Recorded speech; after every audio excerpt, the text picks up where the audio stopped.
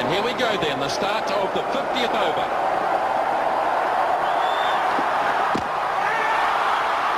Clean through, Bowser. And away goes Matthew Hart. And it'll be up to Richard de Gruen and Chris Pringle. Well, it's just, here we go, and here, this is the, this ball was just beat him with pace there.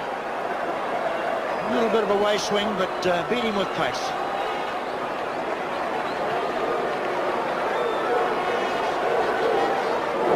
Straight through the defences of Matthew Hart.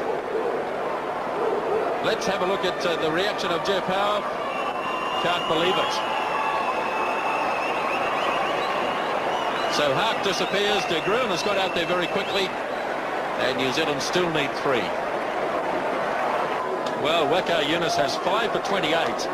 It's his day to... I've never seen Malik take so much time as he's done in this game to rearrange and adjust his field. And of course, as we've said so often today, everyone's given him advice. The wicketkeeper's even now pointing out that perhaps someone should be fielding somewhere else. And it's nice to get that advice, though. I mean, it's always difficult to have to do it on your own, but it can also be that you can get too much advice there. Well, the Pakistanis have got through their overs very quickly today, so they're well within their rights to take time now. They've got until 6 o'clock to finish this over. In fact, they could have started the over just before 6. So, fair enough. They're taking their time, even though the crowd's getting a little unsettled. That last delivery from Waka Yunus at 138 k's as quick as today, and poor old Matthew Hart was the one who copped it. Well, as he said, he was just beaten by the pace of the ball. The ability that this man has to bowl that quicker ball. De Gruen gets that on board, they go for it. Overthrows.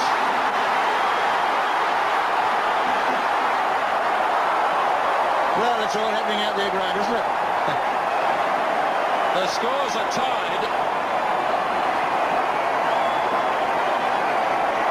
And there's still 4 balls to go. Well, I said it's all happening out there. Certainly, the game was a little dull to start with today, but the crowd have certainly got their money's worth in the last hour and a half or so. Everything's happening out there. It's just like a circus.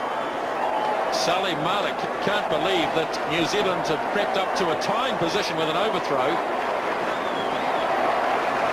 If the match is tied, that's what it is. It's tied.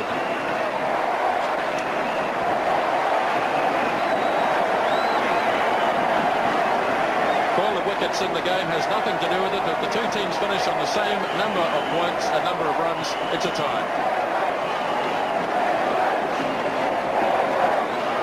Here we go. Waka Yunus. LBW appear. Chance of a run out. Nothing. No LBW, no run out. We're still in a time situation. Well, as I said, look at this. That ball there, well, obviously pitched outside the line. De Gruen, he was off, but Pringle didn't want anything to do with it. But of course, there's still 4 balls to go, so there's plenty of time, as Pringle would be saying to De Gruen. It's just a matter of De Gruen can stop 4 thunderbolts. But he's got the right idea. He's going to get forward, whatever. And I've always felt if you can get forward far enough and get a bit of batter around, you might slip on away for one. And no doubt he'll be aware of that too.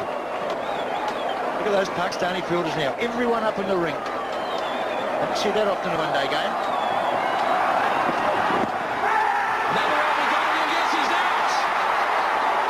He's got the LBW, the game is tied. Well, what can we say, Grant?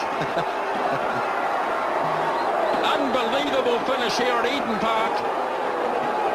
The New Zealanders walk off, heads down. The Pakistanis know they've got out of jail. The match is tied. What an absolutely unbelievable finish to that match. The first time that New Zealand had ever tied a one-day international. Let's have a look at the New Zealand innings, the scorecard. A disastrous start for them. Young and Hartland going very cheaply, but then Ann Jones and Ken Rutherford revived the innings, a 50 partnership in 59 minutes.